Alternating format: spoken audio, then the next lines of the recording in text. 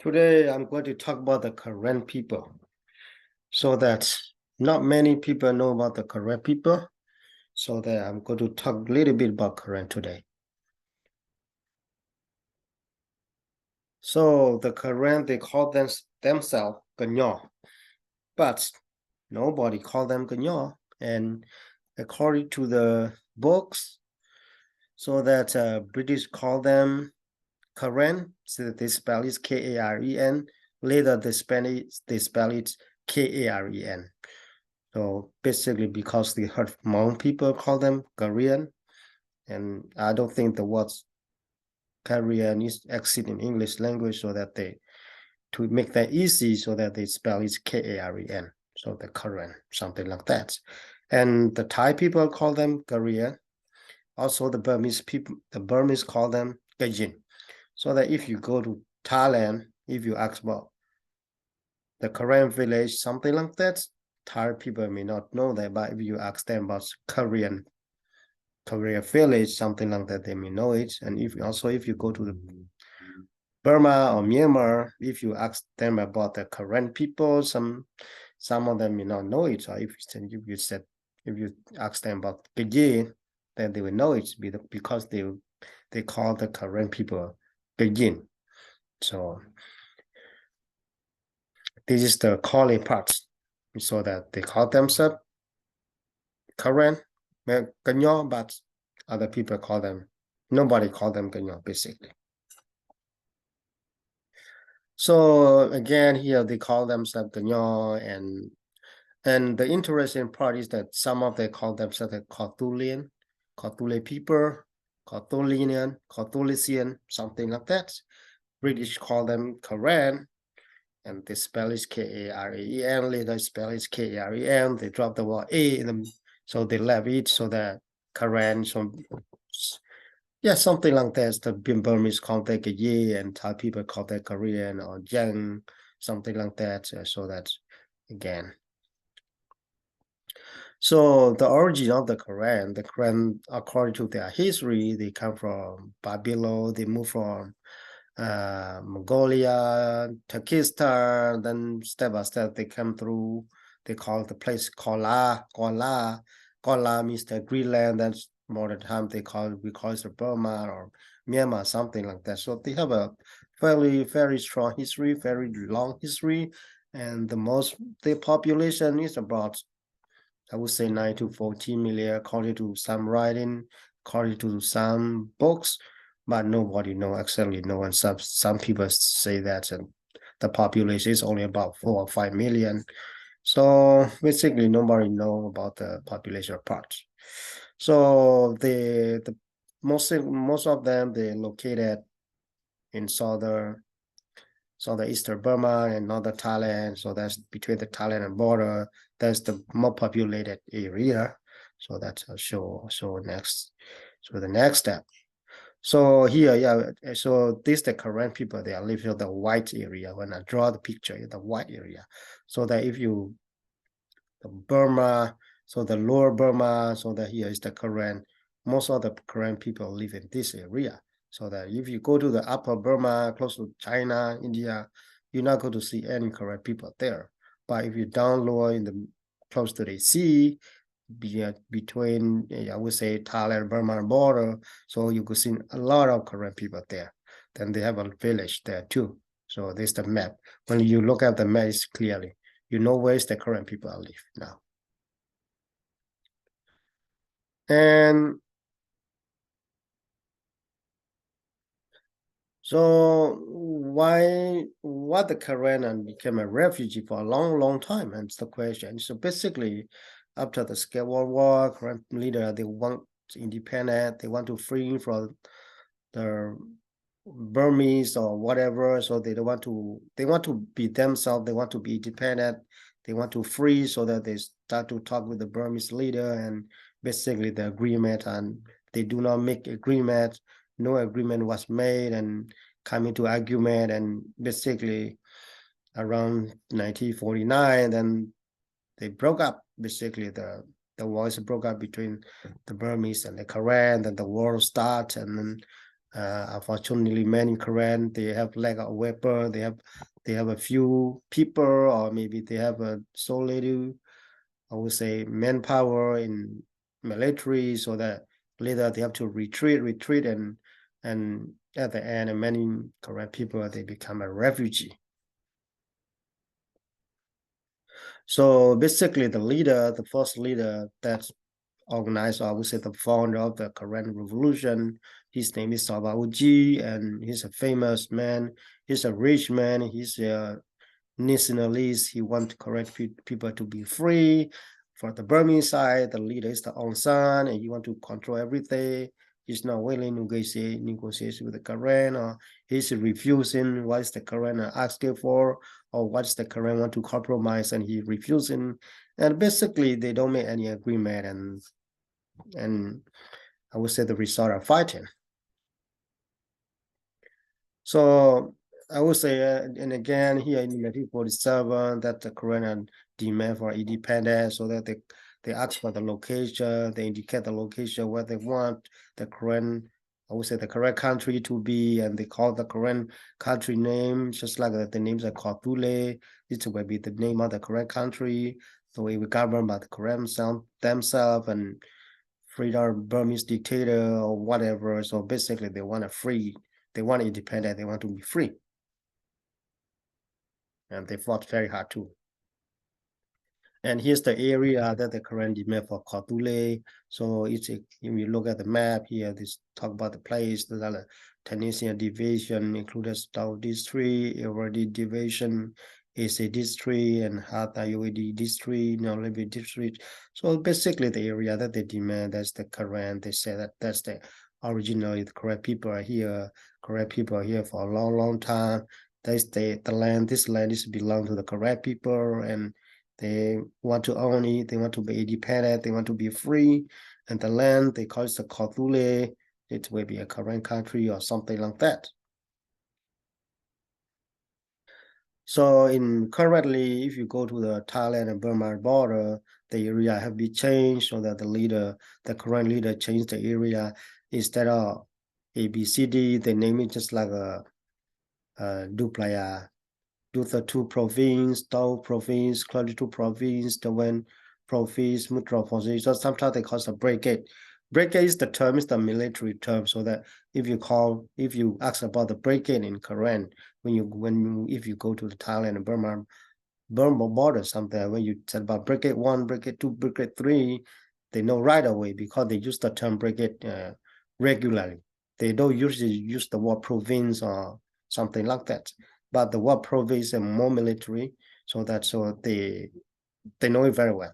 When you ask about brigade 1, 2, 3, 4, 5, 6, 7, something like that, and I would say they know it very well. So that's the term they use.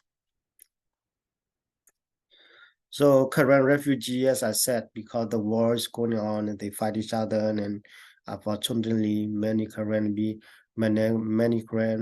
they are soldier. They have less soldier. They have less weapon.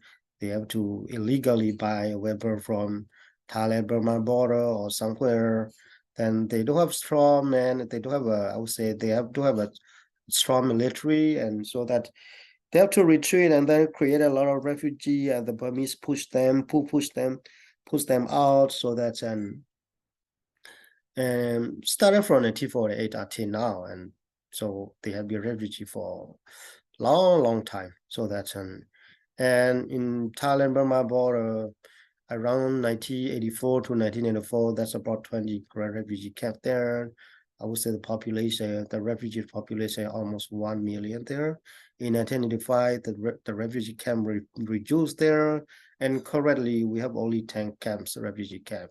And I would say 70% of refugee are current people in Thailand Burma border, and so this information you can, but about the Korean refugee, you can find this information in UNHCR documentation, or you can pull out there, or TBBC, something like that. They have a lot of document about Korean refugee around Thailand, Burma border, something there. And as I said again, currently the current refugee that's in Thailand, Burma border, on some Karaen call it the Thai Khawpule border, something like that. And at around 10 refugee camps, they exist there. So that if you go there, you see some camps, some refugee camps there. So the question is how the Karaen migrate to USA and other country. So basically in 2004, because the Karaen refugee have lived in refugee camp in Thailand, Burma border, refugee camp for a long time, and some of the Karaen leader abroad, I would say that they are, advocate for the just like American government to accept the Karaen refugee to immigrate to America or to go to other country, whatever. And then also in 2004, the UNHCR started to document the refugee camp and give them a refugee card, or sometimes they call it a UN card, something that they will be able to go to other country to resettle to other country. So in 2005, Thai government give a green light to the Karaen refugee camp to the Karaen refugee in the camp to resettle to the third country, so that they start the process in 2005. And basically in 2006, and many Karaen refugees in Thailand, Burma, and refugee camp, they have opportunity, or they have a chance to resettle to third country. So basically the process started in 2006. So the process are pretty simple. So they set out the Canada refugee, I would say refugee resettlement center, or I would say agency or something like that in Thailand, close to refugee camp there, very close. And then whoever want to go to the third country, you can apply. If you accept, then people will call you. Then they will interview you. So if your interview is passed, then they accept you to go to their country. So, but the one thing that is the no guarantee though. You can apply, but no guarantee. So you cannot choose the location where you want to go, but basically you can choose only the country, which country you want to go. And United States, the only country that accept most of the refugee, and they take the highest number, and beside the other country. So as I said, those type of refugee camp in Thailand, Burma border, here you see that many Korean have been resettled to the other country. So some of them go to the Japan, some go to New Zealand, Australia, just like Denmark, Sweden, Norway, and in some country in Europe as well, and some that go to the Canada and the United States. United States the most, I think is the most. So the most of Korean refugee they reside in the United States, because United States take that the most and the highest number. So a lot of Korean people have migrated in United States since 2006. So that they have a big immigration there.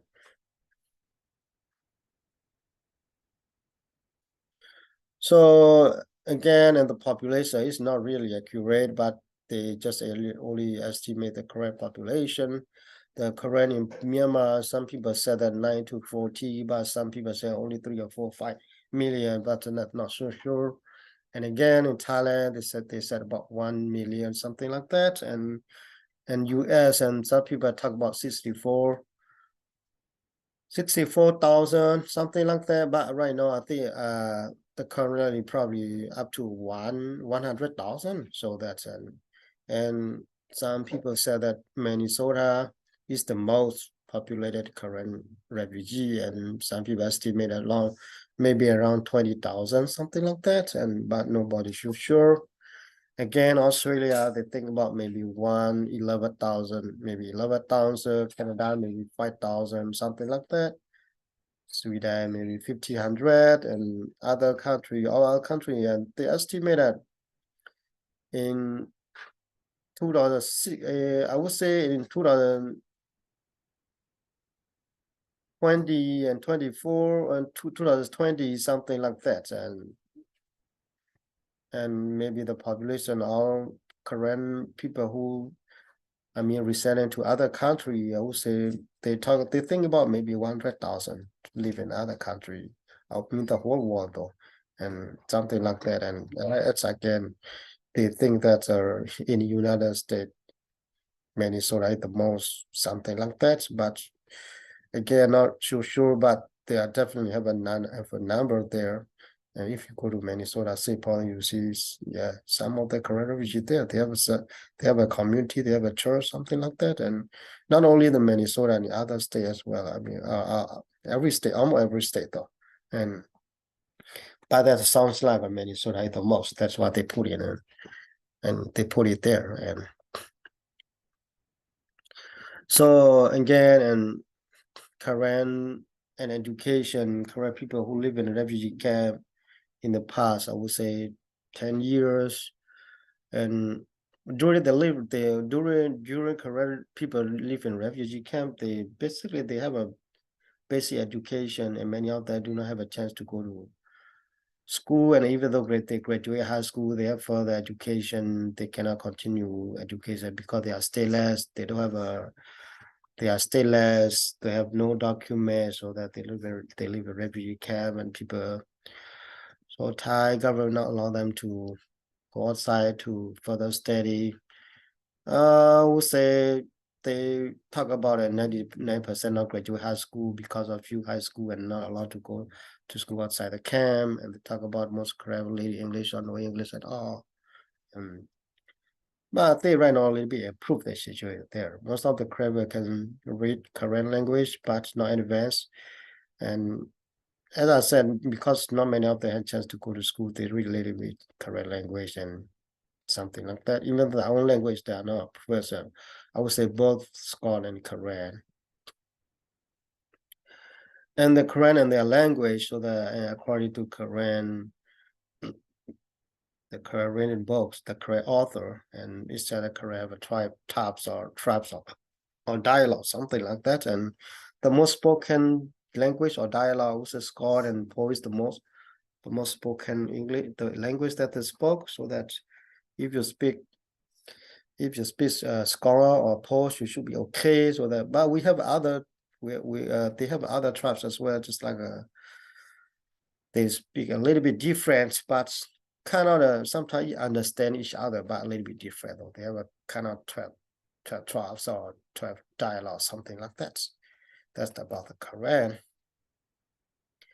And really believe in religion, correct people, they have a Buddhist, they have an animisia, that means they believe in God and something like that. And we do have a correct people have a high population of Buddhism, so then most of Korean people are Buddhist, so that they have a Christian, and Christian is the variety of Christians depend on they have a lot of denomination, so that they have a Baptist, Catholic, Seventh-day Adventist, and others. So that there's a lot of, I mean, a lot of denomination among the Christian, among the Korean people too. So that's the religious part.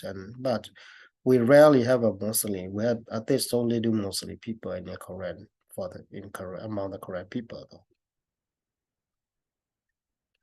And I think main food for the Korean, the main food for them, the rice, the main food for them, white rice and vegetable, meat, fish, that's their main food that they eat. They eat rice, so that basically Asian people eat rice and vegetable, so that if you give them a bread and if you give them a bread in the morning and later the day, they may ask them for the rice to eat something like that. So that basically their main food is the rice and vegetable and meat and fish, something like that. Display children and current kids are, I would say,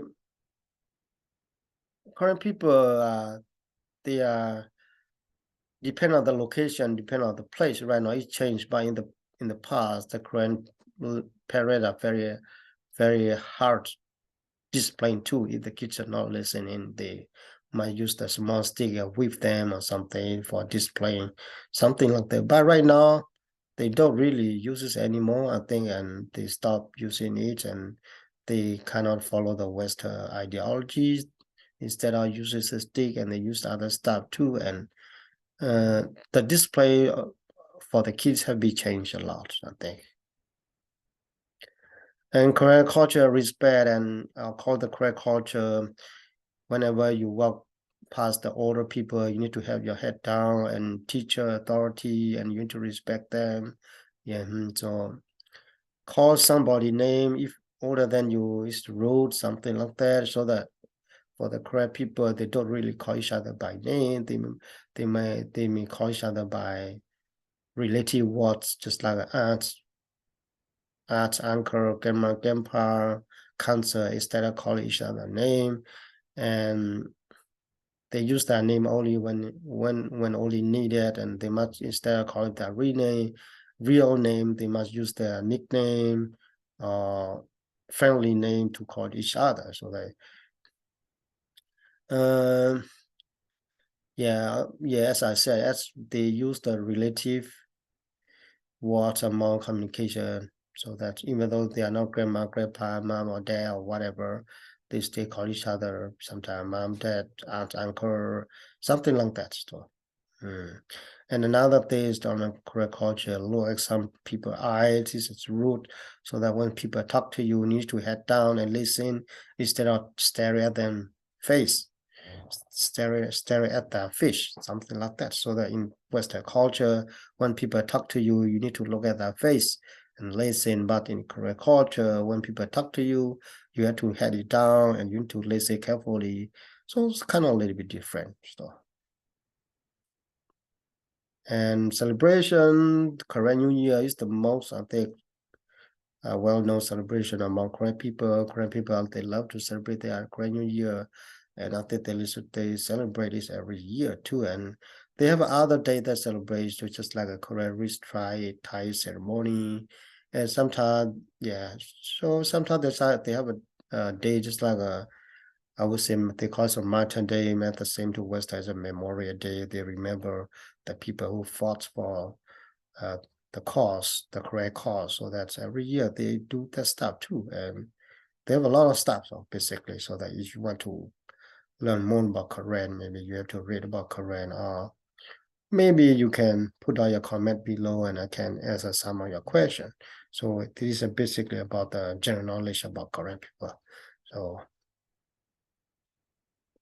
So again, thank you. So any question you can comment on below. I try to answer your question about the correct people, so that you want to learn more about correct people, you can contact me too, so that I may answer your question. And I will, if I don't know, I will find out and try to help you. Thank you.